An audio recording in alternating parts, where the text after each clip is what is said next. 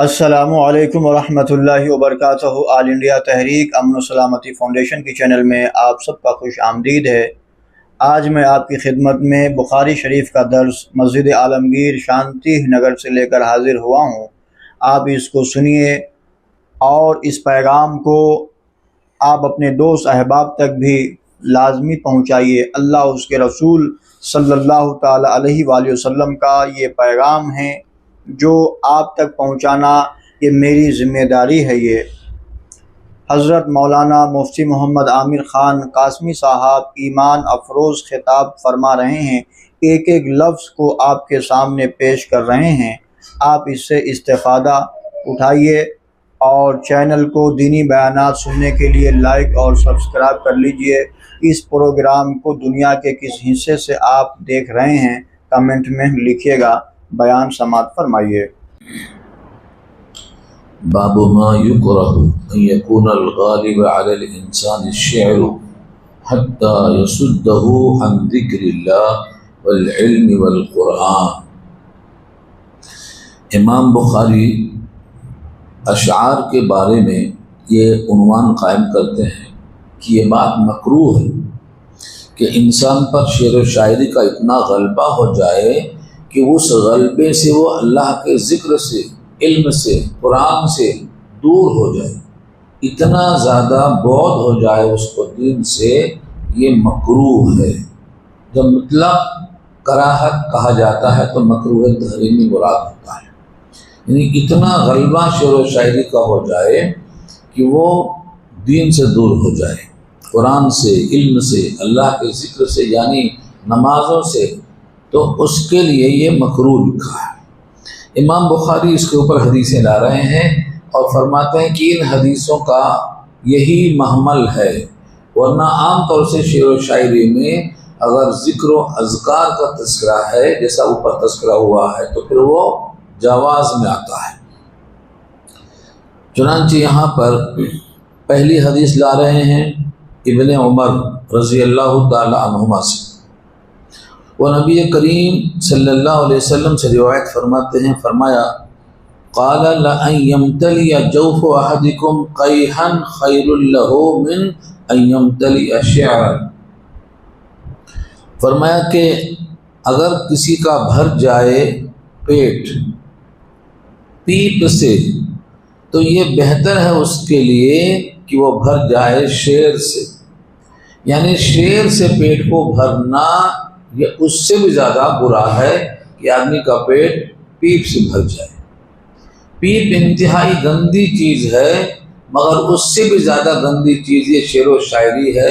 اگر اس حد تک پہنچ جائے کہ آدمی قرآن سے دور ہو گیا، نماز سے دور ہو گیا، دین سے دور ہو گیا، علم سے دور ہو گیا، جو مقصد حیات ہے اس سے دور ہو گیا، تو یہ اس کا پیٹ جو بھرا ہے شعر و شاعری سے یہ بہت زیادہ بدتر ہے بمقابلہ اس کے کہ وہ پیپ سے بھر جائے۔ اس پر ایک حدیث اور لا رہے ہیں، بیانی یہی مضمون ہے۔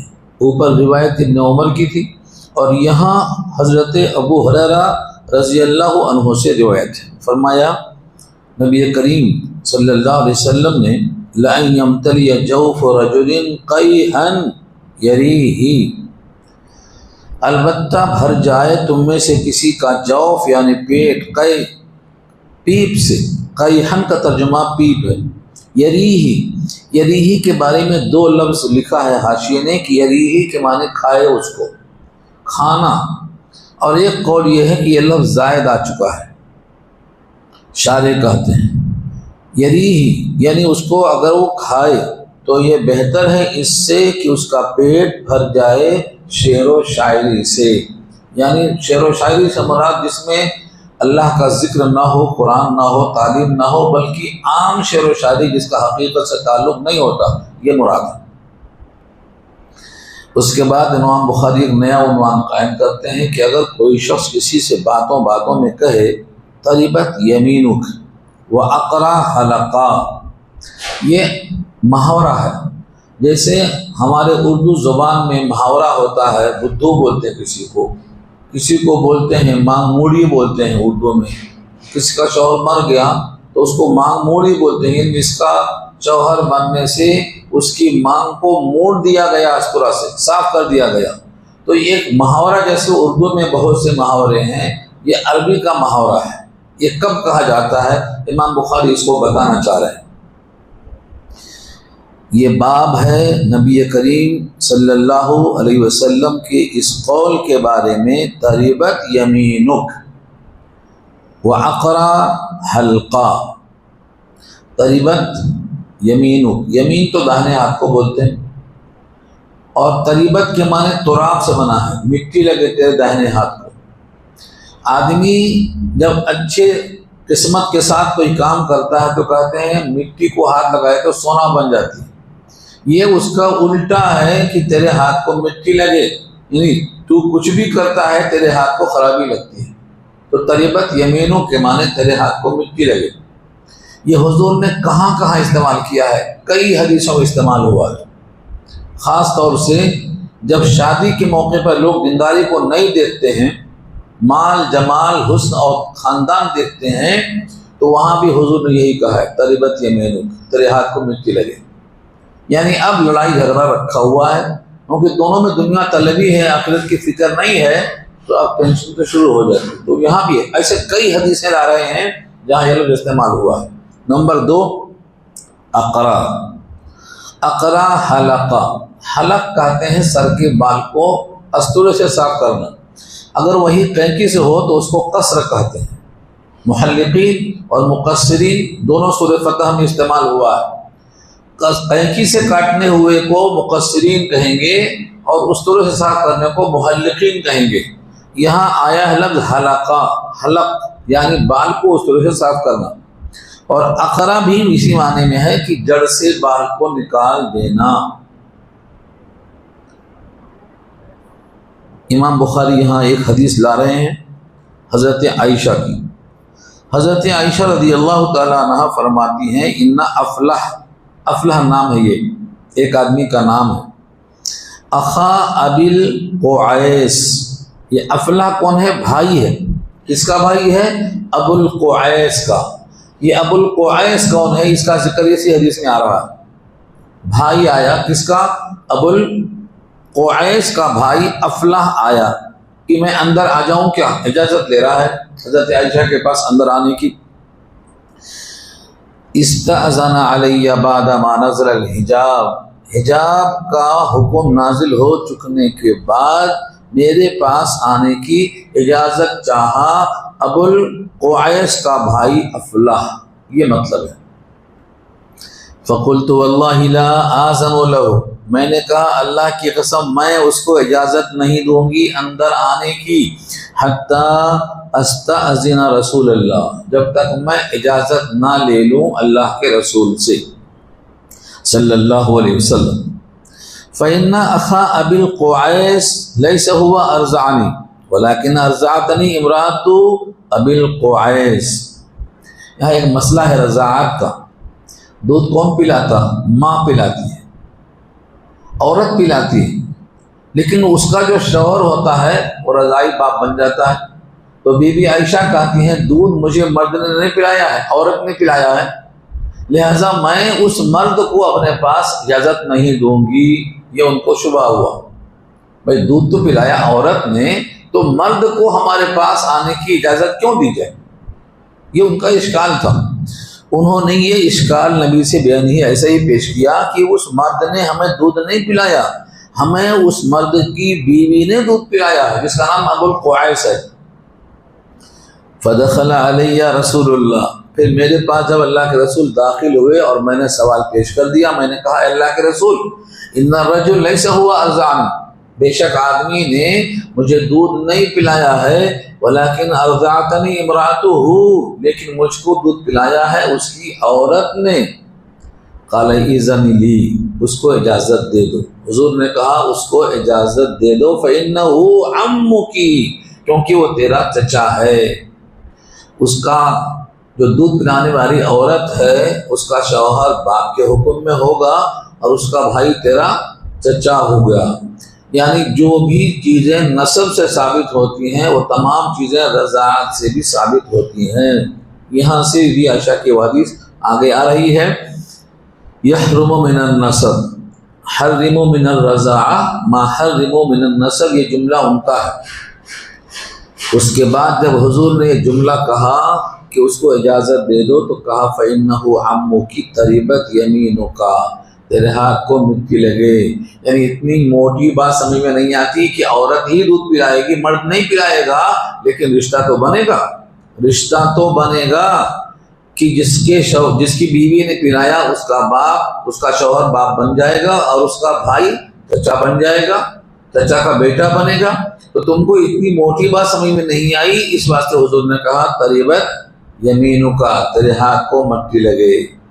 جیسا ہمارے پاس کہتے ہیں بدھو ہے تو، اتنی موٹی بات نہیں سمجھا۔ قال عروہ، یہ عروہ کون ہے؟ عائشہ کے بھانجے ہیں، عائشہ کے بھانجے ہیں۔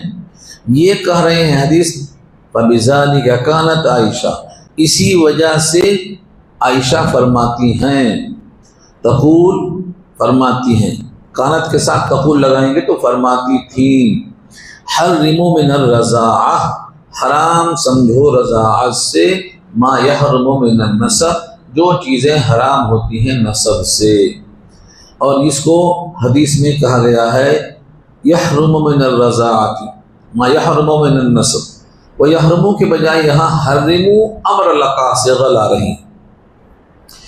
بیانی یہی حدیث دوسرے راوی حضرت عائشہ رضی اللہ تعالی عنہا دوسرے انداز سے بیان فرماتی ہیں، قالت اراد النبی صلی اللہ علیہ وسلم ان ينفری، حضور صلی اللہ علیہ وسلم نے ارادہ کیا کہ وہ سفر کریں۔ یہ حدیث حج کے بیان میں تفصیل سے آئی ہے، اصل میں یہ اس کا خلاصہ۔ سفر کریں کا مطلب واپس مکے سے لوٹیں اپنے گھر کی طرف۔ یہاں پر لفظ ہے ان ينفری، ان ينفرا، یہ کہ وہ کوچ کریں۔ جب مسافر اپنا قافلہ لے کر نکلنا چاہتے ہیں تو اس کو نفیر کا اعلان کرتے ہیں، سب لوگ چلو اب یہاں سے چلنے کا وقت ہو گیا، اس کو نفیر عام کہتے ہیں۔ فرآ صفیہ علی باب خبائہا، تو حضور نے دیکھا کہ صفیہ اپنے خیمے کے دروازے پر کیسی حالت میں ہے، کعیبتن حزینتن، ایسی حالت میں ہے کہ گویا وہ غم زدہ ہیں، غم زدہ حالت میں، فکر مند ہے، چہرے پہ ان کے حزن ہے اور بدحالی نظر آئی ان کے چہرے پہ۔ لِأَنَّهَا حَازَتْ، کیونکہ ان کو حیض آ گیا اور ابھی طواف واپسی کا جسے قدوم کہتے ہیں یہ باقی تھا۔ تو اس وقت حضور صلی اللہ علیہ وسلم نے جملہ کہا اقرا حلقہ، اقرا حلقہ کے معنی تیرے سر کے بال موڑے جائیں، یہ لغت ہے کہتے ہیں قریش کی۔ اس کا مطلب ہے انکی لحابستنا، بے شک تو ہم کو روکے گی، اب تیری وجہ سے پورا قافلہ رک جائے گا، کیونکہ تم نے طواف نہیں کیا، مکمل حج نہیں ہوا، تو تیری وجہ سے قافلے والے پورے رک جائیں گے۔ جیسے کہ اس سے پہلے مسح کا اور تیمم کا بیان آیا تھا، جہاں پانی نہیں تھا وہاں پر بھی لوگ رک گئے تھے۔ ثم قال اکنتی افضتی یوم النحر، کیا تم نے 10 تاریخ کو طواف افاضہ کر دیا تھا؟ یہ سوال ہے، مسئلہ ہے۔ اکنتی افضتی، افضتی کا 2 ترجمہ ہے، ایک تو لوٹنا، افیزو کما افاظ الناس، لوٹو جہاں سے لوگ لوٹیں، اور ایک ہے طواف افاضہ جس کو طواف زیارہ بھی کہتے ہیں۔ اگر کوئی انسان 10 تاریخ کو طواف افاضہ کر لیتا ہے جس کو ہم فرض کہتے ہیں، تو اس کے لیے، عورت کے لیے طواف قدوم اللہ کی طرف سے روک دیا گیا ہے، اس کو لازم میں رکھا ہے کہ اگر حیض کی وجہ سے اس کو طواف قدوم میں تاخیر ہونے کا اندیشہ ہے اور اس نے 10 تاریخ کو طواف زیارہ کر لیا تھا تو اس کو رکنے کی ضرورت نہیں ہے، طواف قدوم اس کے لیے منسوخ ہو جاتا ہے۔ یہ حضور نے بتایا اور یہی کہا کیا تم نے 10 تاریخ کو یوم النحر کو طواف افاضہ کر لیا تھا؟ افاضہ کر لیا تھا یعنی طواف اس دن کر لیا؟ کہا ہاں، کہا فن فری اذن، تب تو کوچ کر جاؤ، اب طواف قدوم واجب نہیں۔ اسی سے لوگوں نے کہا طواف قدوم مستحب ہے، واجب نہیں ہے، حائضہ کے لیے، عام لوگوں کے لیے واجب ہے، لیکن حائضہ عورت کے لیے طواف قدوم اب واجب نہیں رہا. طواف زیارہ اگر نہیں کیا ہوتا تو پھر رک جانا پڑتا اس کے لیے. بات ختم ہو گئی. یہاں سے نیا عنوان شروع ہو رہا ہے. باب ما جاء فی زعموا. لوگ کیا کہتے ہیں، لوگوں کا کیا گمان ہے. ہمارے پاس اردو میں بولتے ہیں بھائی لوگ ایسا بول رہے ہیں، لوگوں کا یہ خیال ہے. تو لوگوں کا خیال ہے، اس کو کیسے بولنا چاہیے، اس میں کیا گنجائش. امام بخاری یہ عنوان لا رہے ہیں. کیسا ڈھونڈ کے امام بخاری لے کے آتے ہیں. باب ما جاء فی زعموا. یہ باب ہے اس معاملے میں کہ جو آیا ہے زعموا کے بارے میں. زعموا زعم سے بنا. زعیم کہتے ہیں لیڈر کو، جو میں دلاتا ہوں بولتا، ہر چیز دلاتا ہوں بولتا، اس کو زعیم کہتے ہیں. وہ انا بھی زعیم سورہ یوسف میں آیا ہے. اسی زعیم سے زعم بنا ہے. بڑا گمان ہے اس کو، زعم ہے اس کو، یعنی بڑا گمان ہے اس کو، اپنے بارے میں بہت کچھ سمجھتا ہے. تو اگر لوگوں کا گمان ہے تو اس کو زعموا کہیں گے. اس کی گنجائش کہاں تک ہے. امام بخاری اس کے اوپر ایک حدیث لا رہے ہیں، اور یہ حدیث ابو مرہ جو مولا ہے ام ہانی بنت ابی طالب کے، انہوں نے خبر دی ہے. اصل راویہ کون ہے؟ ام ہانی بنت ابی طالب، بنت ابی طالب، علی ابن ابی طالب. ابو طالب کی یہ بہن ہیں، ام ہانی بنت ابی طالب، علی ابن ابی طالب، اس لیے یہ بہن ہیں.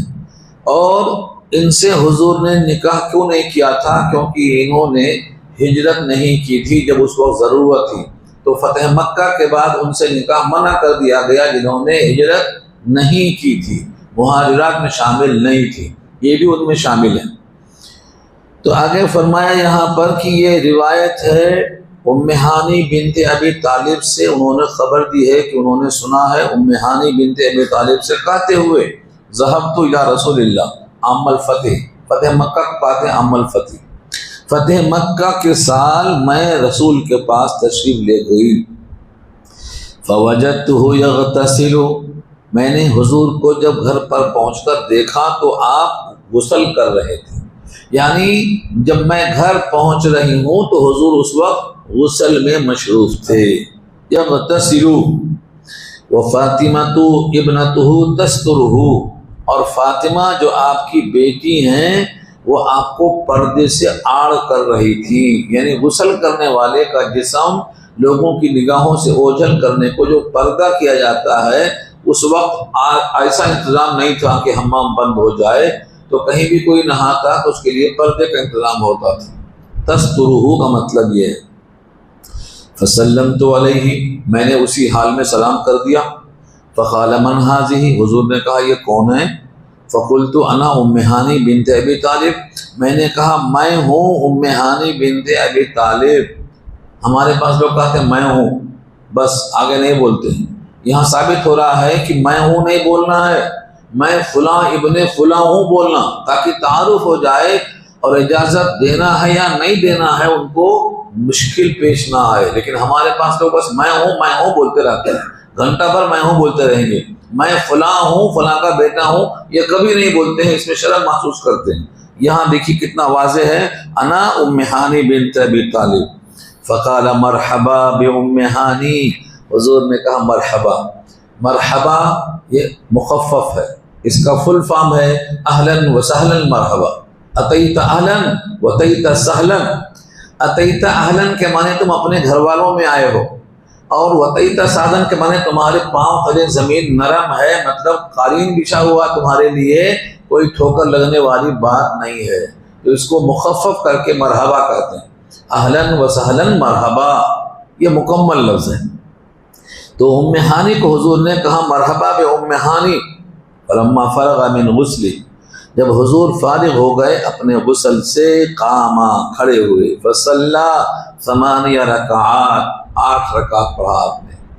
یہ چاشت کی نماز کا ثبوت ہے. دیکھیے چاشت کی نماز فتح مکہ کے دن حضور نے 8 رکعت پڑھا. اور یہ خود کہتی ہیں ملتحفاً فی ثوب واحد. ایک ہی کپڑے میں لپٹے ہوئے تھے. کپڑا اس زمانے میں اتنا نہیں تھا جتنا ہمارے پاس ہے کہ 10 جوڑے رکھے ہوئے ہیں.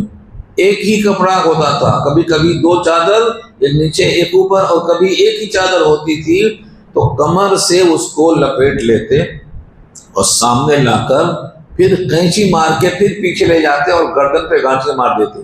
جیسے اس بچے کی ختنہ ہوتی ہے نا، اس ختنے والے بچے کو کیسا باندھ دیتے ہیں قینچی کی طرح، لنگی کو پہلے پیچھے سے آگے لاتے ہیں پھر قینچی مار کے اوپر گردن پہ گانٹھ مار دیتے ہیں. ایسا ہی کپڑا پہنتے تھے ایک کپڑے والے لوگ. تو یہاں ہے ملتحفن فی ثوب واحد، ایک کپڑے میں آپ لپٹے ہوئے تھے، 2 کپڑے نہیں تھے. فلما انصرفا، جب لوٹے یعنی نماز سے سلام پھیر دیا. انصراف کے معنی نماز سے فارغ ہو کر پلٹنا. قلت یا رسول اللہ، میں نے کہا اے اللہ کے رسول، زعما، دیکھو زعما آیا، یہی ہے عنوان کی وجہ. زعما کا لفظ کہاں استعمال ہوتا ہے، گنجائش ہے کہ نہیں ہے، اس کو لانے کے لیے بخاری یہ حدیث لا رہے ہیں. زعما ابن امی، ابن امی میرے ماں کا بیٹا.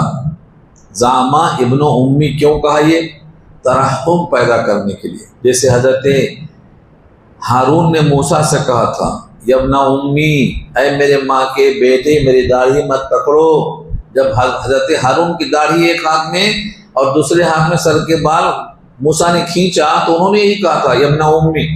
تو جب کوئی ترحم کی بات ہوتی ہے تو ماں کا تذکرہ بیچ میں آتا ہے کہ تم بھی اسی کے بیٹے ہو جس ماں کا بیٹا میں ہوں. یہ ترحم کے لیے استعمال ہوتا ہے. چنانچہ یہاں پر زعما ابن امی سے مراد کیا ہے، انہ قاتل رجلا قد اجرتہ فلاں ابن حبیرہ. یہ جن سے پناہ میں نے دے دیا تھا کہ ان کو پناہ ہے. مکہ فتح ہوا تھا تو بہت لوگ قتل ہو رہے تھے گناہوں کے سزاؤں میں، لیکن اگر کوئی پناہ دے دے تو اس کو قتل نہیں کرتے تھے. جیسے حضور نے خود پناہ دی تھی کس کو، ابو سفیان کو، جو کہ لشکر تھے، کافروں کے کمانڈر تھے. آپ نے کہا تھا من اغلق بابہ فہو آمن ومن دخل المسجد فہو آمن ومن دخل دار ابی سفیان فہو آمن. تو ابو سفیان کو بھی امان دیا تھا، تو ایسے حضور پاک نے امان بہت لوگوں کو دیا تھا. تو یہ ام ہانی کہتے ہیں میں نے فلاں آدمی کو پناہ دے دی ہے، لیکن میرا بھائی کہتا ہے میں اسے قتل کر دوں گا، چھوڑوں گا نہیں اس کو. اگر وہ خانہ کعبہ کے پردوں میں ہے تو بھی قتل کروں گا. میرا بھائی یہ گمان کرتا ہے کہ میں اس کو قتل کر دوں گا جس کو میں نے پناہ دے رکھی ہے. یہ ہے ام ہانی کا منشا. وہ کون ہے جس کو قتل کرنے کی بات کی تھی، ان کا نام یہاں بتایا ہے فلاں ابن حبیرہ. ابن حبیرہ سے مشہور ہے وہ، حبیرہ کا بیٹا، حبیرہ کا بیٹا. حضور صلی اللہ علیہ وسلم نے ام ہانی کی دلجوئی کرتے ہوئے فرمایا اجرنا من اجرتی یا ام ہانی، اجرنا من اجرتی، ہم نے بھی اس کو پناہ دے دی جس کو پناہ تم نے دی ہے اے ام ہانی. وہ فرماتی ہیں ام ہانی وذاک ضحن، اور یہ چاشت کا وقت تھا. چاشت کا وقت تھا، یہ بتانے کی ضرورت کیوں پیش آئی کہ جو 8 رکعت نماز تھی یہ چاشت کی تھی. تو چاشت کی نماز 4 رکعت کم سے کم والی ہے، حد سے حد 8 رکعت والی ہے. یہاں سے ثابت ہوتا ہے مسئلہ. اس حدیث کو امام بخاری یہاں کیوں لائے ہیں، زعمو کو بتانے کے لیے کہ کسی آدمی کا اگر کوئی خیال ہے اور وہ خیال غلط ہے تو اس کو زعم کہا جاتا ہے. اس معاملے میں یہ حدیث لائی گئی ہے. اب ایک لفظ استعمال ہوتا ہے ویلکا، ویحکا اور ویلکا. یہ کب استعمال ہوتا ہے، اس کا استعمال درست ہے یا نہیں ہے. امام بخاری یہاں سے یہ عنوان قائم کرتے ہیں باب ما جاء فی قول الرجل ویلکا. آدمی کا قول ویلکا کے بارے میں یہ باب قائم ہوا ہے. ویل کے معنی اصل میں ہلاکت کے آتے ہیں، لیکن یہاں بددعا مراد نہیں ہے، بلکہ کسی غلط کام پر ٹوکنا مراد ہے. ویلکا ہو یا ویحکا ہو. جیسے حضور کے سامنے عمر فاروق تورات پڑھ رہے تھے، حضور کو غصہ آیا مگر وہ کتاب میں دیکھ رہے تھے، حضور کا چہرہ دیکھے نہیں، غصہ حد سے آگے بڑھ گیا. تو حضرت ابو بکر نے اپنے ہاتھوں سے عمر کو ٹھونگا مارا اور کہا وہی حق یا عمر، یہی لفظ ہوا وہی حق یا عمر، یعنی غلط کام پر ٹوکنا اس کو وہی حقا سے تعبیر کیا جاتا ہے، تجھ پر افسوس ہے تو غلط کام کر رہا ہے۔ امام بخاری یہاں بہت سی حدیثیں لا رہے ہیں اس معاملے میں۔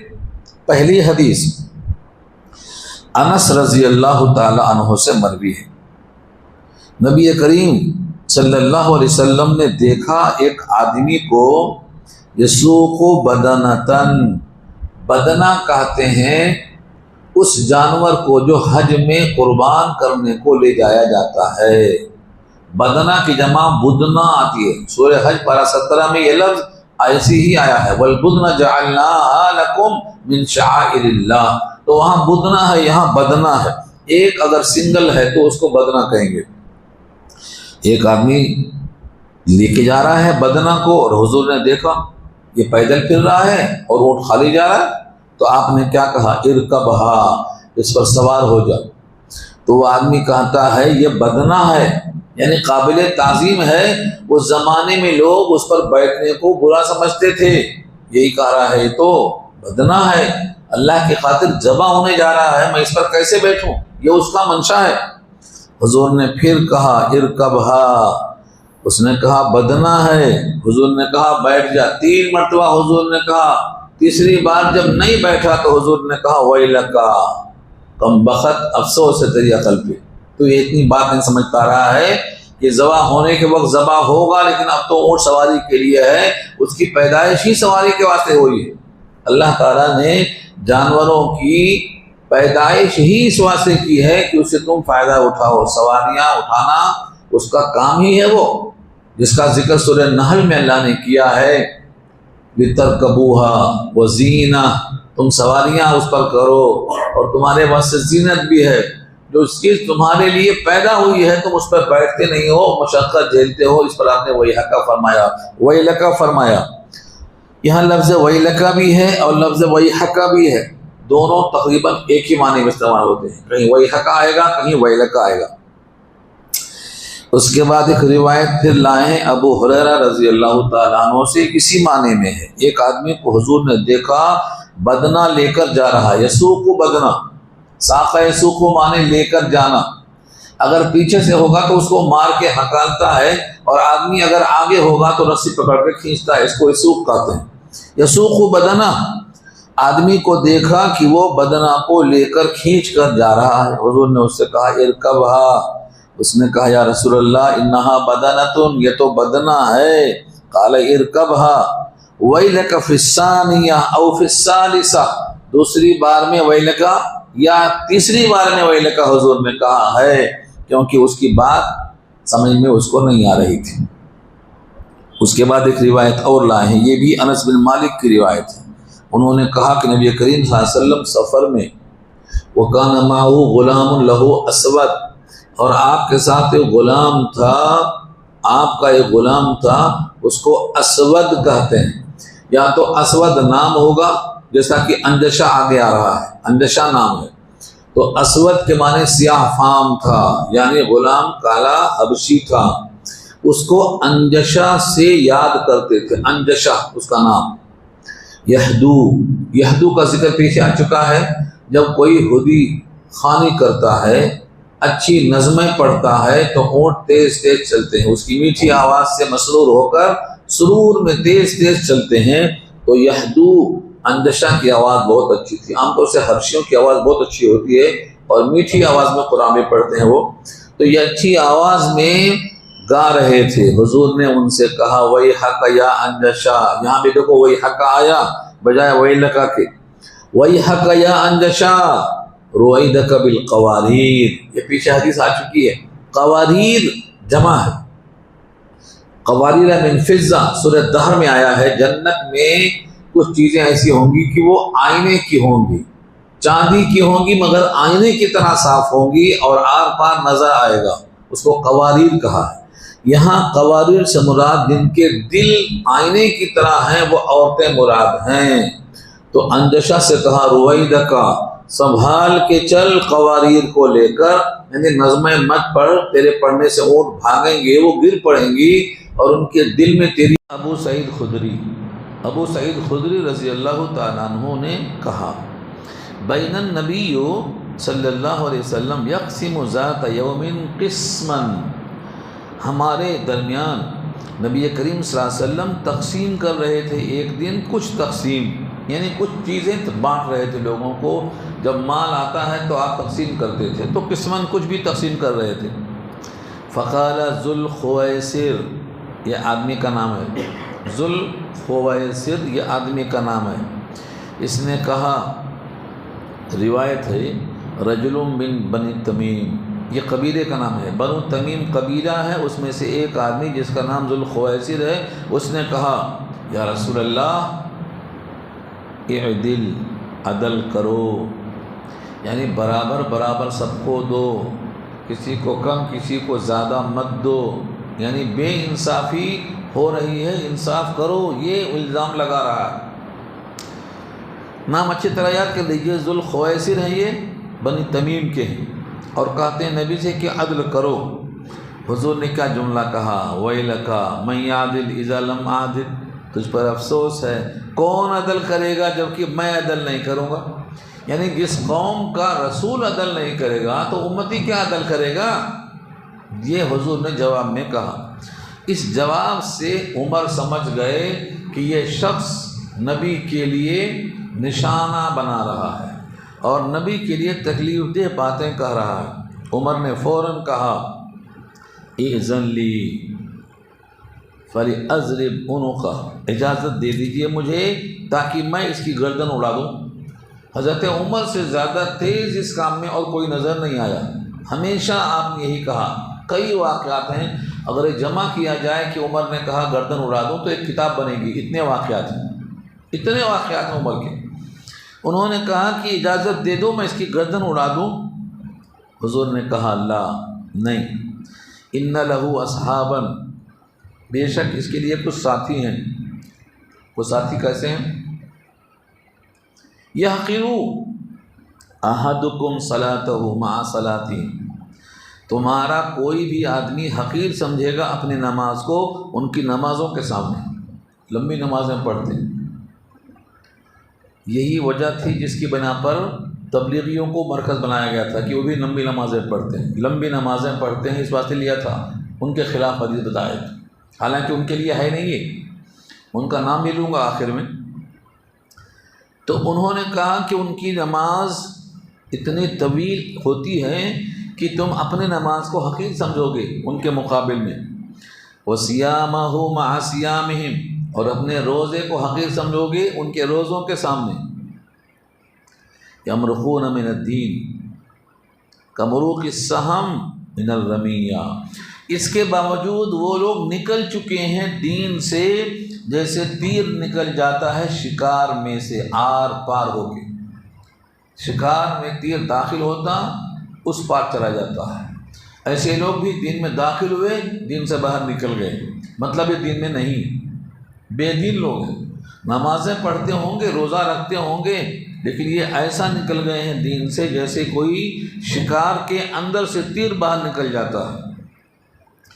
اس کے بعد کیا فرمایا، 3 لفظیں دیکھو، ينظر الى نسلہ فلا یوجد فیہ شیء، ثم ينظر الى رصاصہ فلا یوجد فیہ شیء، ثم ينظر الى نزیجہ فلا یوجد فیہ شیء، ثم ينظر الى قززہ فلا یوجد فیہ شیء، یعنی جب تیر نکل گیا، اس تیر کے اندر 4 حصے ہوتے ہیں، ایک حصہ تو ڈنڈا ہوتا ہے بیچ کا، اس کو پٹھا کہا، اور اوپر جا کر کے تیر کے پاس جو پھل ہوتا ہے اس کو اس کا پھل قرار دیا ہے، اس کے دائیں بائیں جو نکلا ہوا حصہ ہوتا ہے اس کو بھی ایک لفظ تعبیر کیا، پھر جہاں نیچے کا حصہ ہوتا ہے جو کمان پہ رکھا جاتا ہے اس کو بھی تعبیر کیا، یعنی اس کو کسی طرف سے اٹھا کر دیکھو تو اس میں خون نہیں لگا ہے، یعنی خون نہیں لگا ہے، گندگی نہیں لگی ہے، اتنا دین سے نکل گیا ہے کہ اس میں دین کی کوئی چیز باقی نہیں ہے، جیسے وہ تیر نکل گیا ہے، لگتا ہے یہ تیر اس کو لگا ہی نہیں ہے، اتنا صاف ستھرا تیر ہے۔ یہ تشبیہ دیا اللہ کے نبی نے، الفاظ دیکھو، دیکھو اس کے نسل کی طرف، نسل کے معنی وہ جو ڈنڈا ہوتا ہے بیچ میں، اس کی طرف دیکھو۔ فلا یوجد فیہ شیء، اس میں کوئی چیز نہیں ملے گی آپ کو، کچھ لگا ہی نہیں جسم میں۔ ثم ینظر الی رصافہ، پھر دیکھا جائے اس کے پھل کی طرف تو اس میں بھی کچھ نظر نہیں آتا، پھر دیکھا جائے اس کے پنکھوں کی طرف تو وہاں بھی کچھ نظر نہیں آتا، پھر دیکھا جائے اس کے نیچے والے حصے کی طرف تو وہاں بھی کچھ نظر نہیں آتا۔ یہاں 4 لفظ استعمال ہوئے ہیں، ان چاروں لفظ کو عربی زبان کے لحاظ سے رصافہ ایک لفظ آیا ہے، رصافہ۔ رصافہ جمع رصب بفتحہا، عصبہ کے معنی میں آتا ہے، جو مضبوط ڈنڈا ہوتا ہے وہ مراد ہے۔ تلوی فوق مدخل النسل۔ والنزی عود السہم، نزی کا جو لفظ ہے وہ تیر کی لکڑی کا نام ہے، اور قضا ریشہ اس کا ہے جو دائیں بائیں پھل نکلتا وہ مراد ہے۔ جمع قزہ، قبہ کے وزن پر ہے۔ جس وقت وہ 3 افتراق میں آتا ہے، تقسیم ہوتا ہے، تو فرمایا ورویہ علی خیر فرقتن، یہ تیروں کے نام ہیں۔ ایک تیر میں جو چیزیں ہوتی ہیں، ڈنڈا ہوتا ہے، اس کا اوپر کا حصہ ہوتا ہے جو نوکیلا ہوتا ہے، دائیں بائیں اس کے پٹھے ہوتے ہیں، یہ سب اس کے نام عربی میں الفاظ میں دیے گئے ہیں۔ کہیں بھی نظر نہیں آتا ہے کہ اس میں کوئی چیز لگی ہے۔ فلا یوجد فیہ شیء۔ سبق الفرس والدم، وہ تیر نکل گیا، گوبر سے بھی آگے اور خون سے بھی آگے۔ یخرجون علی حین فرقۃ من الناس، وہ نکلتے ہیں فرقت کے وقت پر لوگوں کے۔ آیتہم رجل، ان کی نشانی ایک آدمی ہے، احدی یدیہ، اس کا 2 ہاتھ میں سے ایک ہاتھ، مثل ثدی المرأۃ، عورت کے پستان کی طرح اس کا ایک ہاتھ ہے، یا یوں فرمایا مثل البزعتی، بزع اسی گوشت کو کہتے ہیں، تدردر جو موڈے پہ گوشت ہوتا ہے اس کو کہتے ہیں۔ ابو سعید نے کہا میں گواہی دیتا ہوں، اشہد لسمعتہ من النبی، میں گواہی دیتا ہوں کہ میں نے نبی سے سنا ہے اس کو۔ واشہد انی کنت مع علی، اور میں گواہی دیتا ہوں کہ میں حضرت علی کے ساتھ جنگ میں تھا، حین قاتلہم، جبکہ اس سے قتال کیا گیا۔ راوی کہتے ہیں جو لفظ بزعہ ہے وہ گوشت کا لوتھڑا ہے، تتحرک تدردرو کے معنی میں ہے۔ تتحرک جب آدمی چلتا ہے، موٹا ہے تو اس کے موڈے پہ گوشت ہلتے ہیں، اس کو یہاں تعبیر کیا ہے۔ حضرت علی کے ساتھ اس کے قتال میں اس کی موت ہو گئی۔ فالتمس فی القتلی، مقتولوں میں جب ڈھونڈا گیا تو لایا گیا اسی صفت کے ساتھ جو صفت نبی نے اس کی بیان کی تھی، اور وہ حضرت علی کے مقابل میں تھا، اور علی ہمیشہ حق پر تھے، لہٰذا ان کے مقابل میں جو تھا وہ باطل تھا۔ یہی ثابت کرنا مقصد ہے۔ دیکھو اس حدیث میں لفظ کیا آیا ہے، ایک خاص لفظ لایا گیا ہے اور اسی کو یہاں بتانا مقصد ہے کہ جو انسان نبی کے بارے میں انصاف کرنے کا حکم کرتا ہو وہ ویل کے قابل ہے، یہی کہا گیا ہے۔ اب یہاں پر لمبی نماز، لمبے روزے کی وجہ سے اس حدیث کو لوگوں نے فٹ کیا ہے تبلیغیوں پر، حالانکہ اس کا ذکر ہے خوارج کے لیے، اور اس آدمی کا قتل ہو چکا علی کے زمانے میں، تو لہٰذا یہ حدیث کو ایسا منطبق کرنا یہ خیانت میں آتا ہے۔ اس کے بعد دوسری ایک حدیث آئی ہے جس کے راوی ہیں ابو ہریرہ رضی اللہ تعالیٰ عنہ۔ ایک آدمی آیا نبی صلی اللہ علیہ وسلم کے پاس، کہا اے اللہ کے رسول ہلکت، میں تو ہلاک ہو گیا۔ قال ویحک، حضور نے کہا افسوس تجھ پر، کیا ہلاکت ہو گئی؟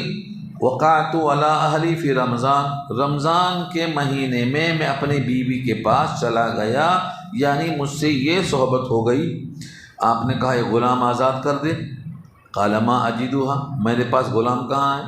تو آپ نے کہا فصم شہرین متتابعین، 2 مہینے کے مسلسل روزے رکھ لے۔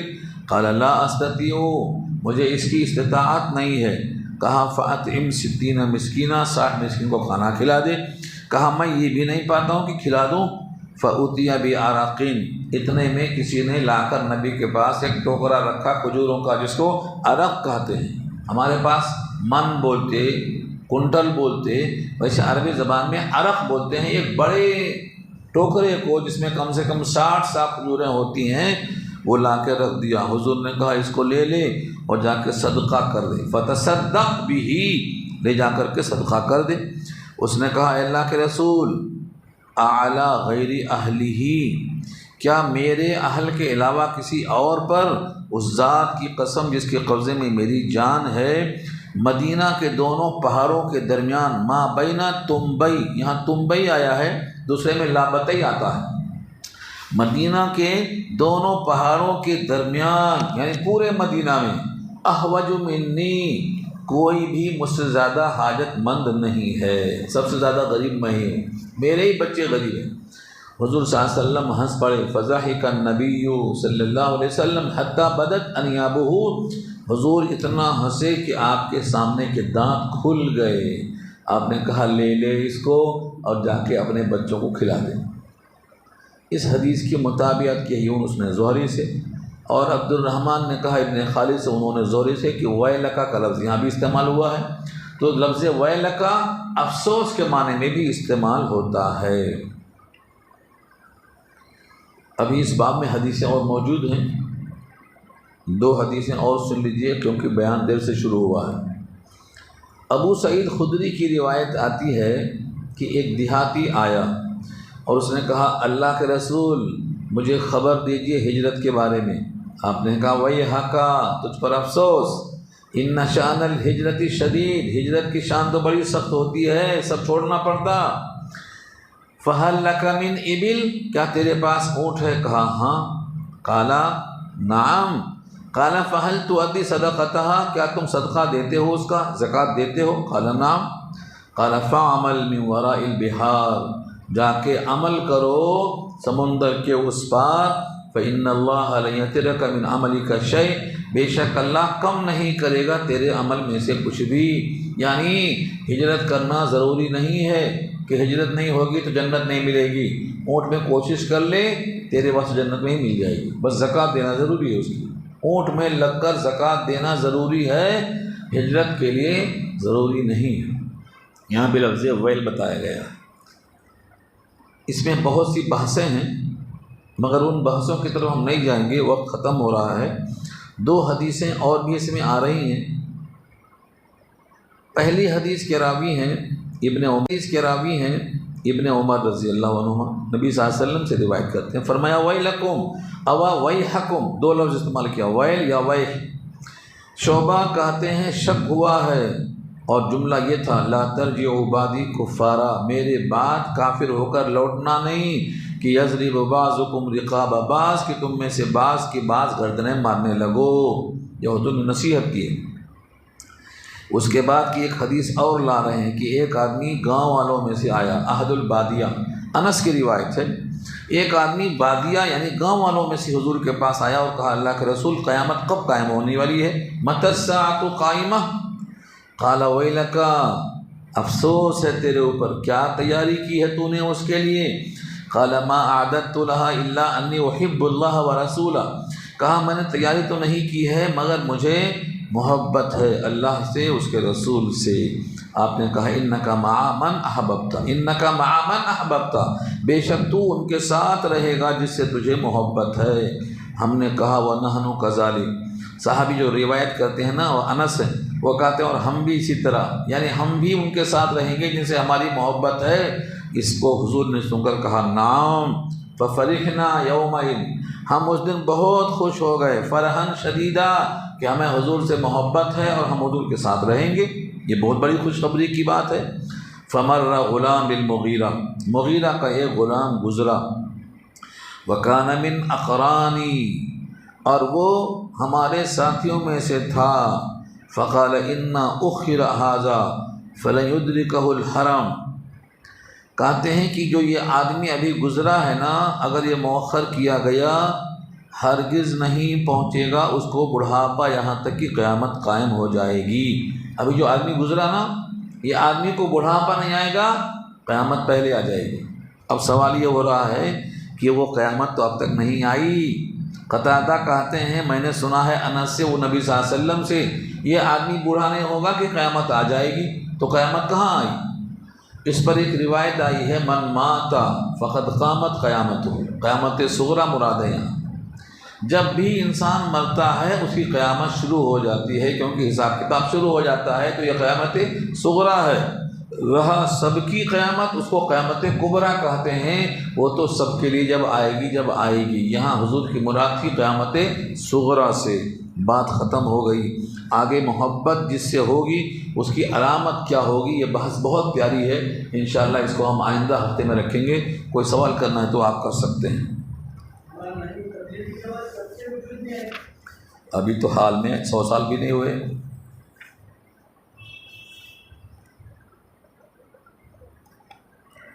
کوئی سوال کرنا ہے؟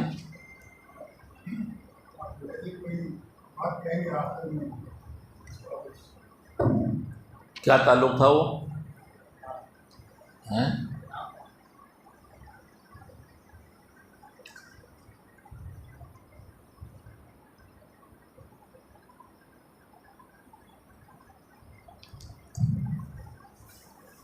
صلاۃ اللیل مثنا مثنا،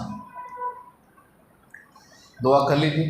الحمدللہ رب العالمین، الصلاۃ والسلام علی سید المرسلین، یا حی یا قیوم برحمتک نستغیث، یا رب لک الحمد کما ینبغی لجلال وجہک العظیم، وصلی اللہ تعالی علی خیر خلقہ سیدنا و مولانا محمد وآلہ واصحابہ اجمعین برحمتک یا ارحم الراحمین یا رب العالمین۔